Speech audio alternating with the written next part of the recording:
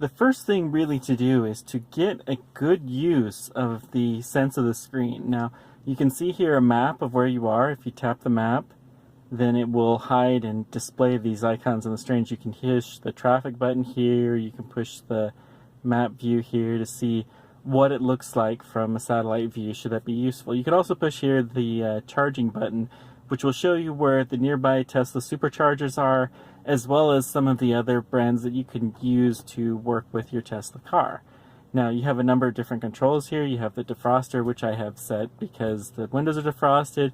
You can set your temperature here. I have it set to 65 because it's more efficient in the winter. You can set separate sides for the passenger driver, etc. All of this is pretty common stuff you can do in most cars. You can also have the seat heater control for the driver, for the passenger. All good information. But what are the things that you really need to do that are unique to a Tesla the first time you get in it? Well, one thing is to set up your driver profile. You can click here and this will be empty when you very first set it up. But you can hit driver profile settings and you can add in a new driver, which will be yourself. And you can also set up an easy entry profile, which it will do after you set up your own profile. What this will do is adjust your seat to the appropriate position when you get into the car. So I'm rather tall. I'm 6'3". My wife is about 5'3", so there's almost a foot of difference. The position that everything's going to be placed for the two of us is quite different. You can also set the easy entry profile so that maybe you want to have the seat a little higher or lower when you get into the car, so that way you don't bump your head. The first time I got into this car, I actually bonked my head a little bit, so I set the easy entry to lower the seat, and I have never had that problem since. You also can set up your Wi-Fi. Now this you're not going to do when you first get into here, but you can set it up by pushing this button. You can set up the Bluetooth connection with your phone through this button here. Also good to know is the Tesla button here, and you can scroll down and see what the Easter eggs are. But that's just good information to have, and you can also name your vehicle if you so choose to. I haven't named mine yet. If you have any suggestions, let me know. Now, the main thing, though, that you should be doing is concentrating on the settings. The settings are in this menu right here. So, what are some of the things you probably want? Well, you probably want to set the exterior lights to auto. It's quite difficult to mess with it, and quite frankly, cars have that stuff figured out. Personally, I don't like to set the front fog lights unless we're actually in fog conditions, but that's a personal preference. You want to adjust the mirrors to your proper position. Now, if I adjust the mirror just a little bit, you'll notice that it pops up my profile and it will allow me to save it. Now, I don't actually want to save that, so I'm going to hit restore, and it'll put everything back into the right position. The way that you control this is through the steering wheel. You specifically use the left knob. You can adjust it up, down, left, right. Continuing on, you can use mirror auto fold, so that will mean when you get out of the car, it will take and fold the mirrors to the side, so that way you're less likely to get bonked. You can go through all of these different settings and set them to however you want them to be. Generally speaking, they're okay. Now, one thing is very, very important. When you get out of the car, assuming that you're using your phone, you probably want it to lock automatically. Otherwise, you either have to use the app to go selected, or you could push this lock button after you open the door. The walk-away door lock is not set on by default. What this will do is when your phone is no longer close enough to your car where it's connected, it will automatically lock the car doors for you. You probably want to have that set, although it depends on your situation. I think the official Tesla recommendation is to only set that if you're parking in your garage or some other secure area, but that's probably okay. I personally prefer it that way. You'll also want to set up your phone as the key. If you have it set up in the Tesla app, you can add it in here and go ahead and select it in your phone app and begin. Works pretty well. Display settings, you probably don't want to change anything here unless you are using kilometers, but I personally don't do that. You can display the energy percentage here if you want. I like to keep it to the miles because that just works better. So let's go back to distance.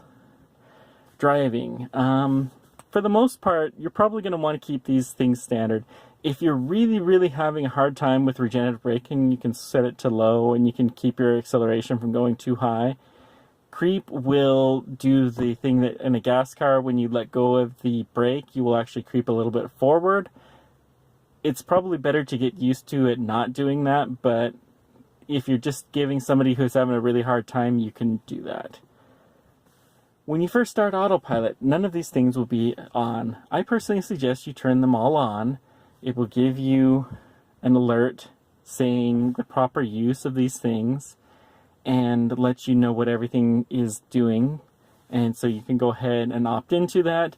You can set your cruise follow distance, although you can update that using your right hand steering control at any time very easily. You can set an offset if you want to, by default, go a certain amount over the speed limit. You can do that. Set on whatever other obstacles you want. But the main thing you probably want to do is set these three things. If you want to use summon a lot, you'll want to go into here and set your summon parameters. Although personally, I don't really use it very much. It's not useful in most circumstances now for anything other than really a party trick. Navigation doesn't have anything unless you live like I do, an area with toll roads, and I prefer to avoid them at most costs, so I'll just go ahead and set the avoid tolls. You can set the use HOV lanes if you are able to do so, and it can be quite handy. Safety security, this is how you can actually power the car off. If you ever need to power it off when you're just sitting in the car for some reason and you don't really want to have it on, you can do that. You can turn on the various types of alarm. You can set the cabin overheat protection. What that will do is to keep the car from getting too warm in the summer, especially if you live in a warmer climate and you have young kids. This can be an extra protection to help keep the car from being so warm that a kid or anybody will die if they're left in the car accidentally. I like that idea, but I have it set to no AC to kind of keep things cool, but it's not going to actually use the batteries. It said that it only uses a small amount of batteries, but I'll probably play with that some when the summer actually comes. When I'm recording this, it is currently November and rather chilly at the moment. And then you can look at some of the service options. They're in there too. You can hit the glove box if you need to get in there.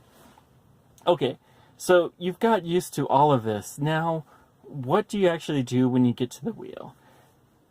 Realize you can set many different settings here. You can adjust the steering wheel. I suggest that you adjust the steering wheel to be comfortable. You can adjust the seat using there's three levers here that are on the side. One will adjust the seat up and down. One will adjust the slant of the back of the seat. And then the furthest back ones will adjust the lumbar support. Get them as comfortable as you can. You'll probably be adjusting them a fair bit. Every time you make a change, you can save it in your profile and it will get used to that. And eventually you'll get the right settings. It took me a little while. Now, when you first drive, you're not actually going to be able to use autopilot. You're going to have to drive enough time where the car will get used to all of the sensors. It takes a calibration period. For me, this took about 15 miles. By the time I got home the first day, everything was set up. Although by the time I got to the point where I could use autopilot, I was in my neighborhood that it was not safe to use it. So I got to try it out after a couple of days, and it really just takes a while of getting used to. This will let you get used to the car. Now, if you're like me and have never actually driven an electric vehicle like this, you're probably going to have some difficulties getting used to it. There are a lot of differences in a car like this. One of the things that you don't really notice is in a gas car, if you hit the gas, it takes about a half second before the effect of that will happen. In an electric car, it's virtually instant. You push the gas pedal and you're going to start going faster. You let go of it, you're going to start going slower. Another thing to be aware of is the regenerative braking. If you let go of the gas pedal here, then you're actually going to start slowing down. It takes a little bit of getting used to, but you will get used to it eventually. And the truth is if you let go of the gas pedal on any car, it's going to start slowing down a little bit. This will just start slowing down a lot more. If you can, you want to avoid using the brake most of the time. The only time that you want to use the brake is when you're going below 10 miles an hour, or if something is requiring you to urgently hit the brake. For instance, the car slams on the brake in front of you because of something, or there's some obstacle that you're going to get into some kind of a collision. The other time is if it's really cold, then the regenerative braking won't work. One thing you can't see here is there are, this is how much energy you're using. If you're going to the right, you're using energy to go places. If you're going to the left, it'll be green, and that will mean you're recharging your batteries. There's always some kind of a limit as to how much you can use the regenerative braking. It depends on the temperature it is outside, on how full your battery is of charge, and a number of different factors. But just be aware that how much regenerative braking you're going to get will change depending on what the conditions are outside. When it's cold, you're going to have to use your brake a lot more than you would normally. So what I suggest you do when you actually first start driving the vehicle, whether it be as a test drive or for your first time, you just get used to the regenerative braking.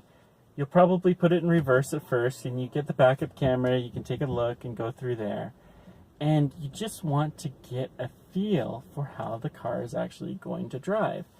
Keep it going fairly slow. Hopefully you won't have to hit the freeways immediately, so you can get an idea and get used to using the regenerative braking.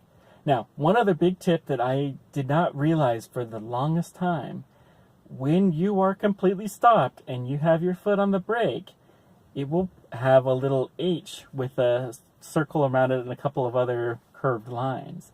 That is the hold condition. The hold condition will be maintained until you either tap on the brake again, in which case it'll let go like it just did there, or if you hit the gas pedal, it will also continue going forward, and you can see me inching forward there.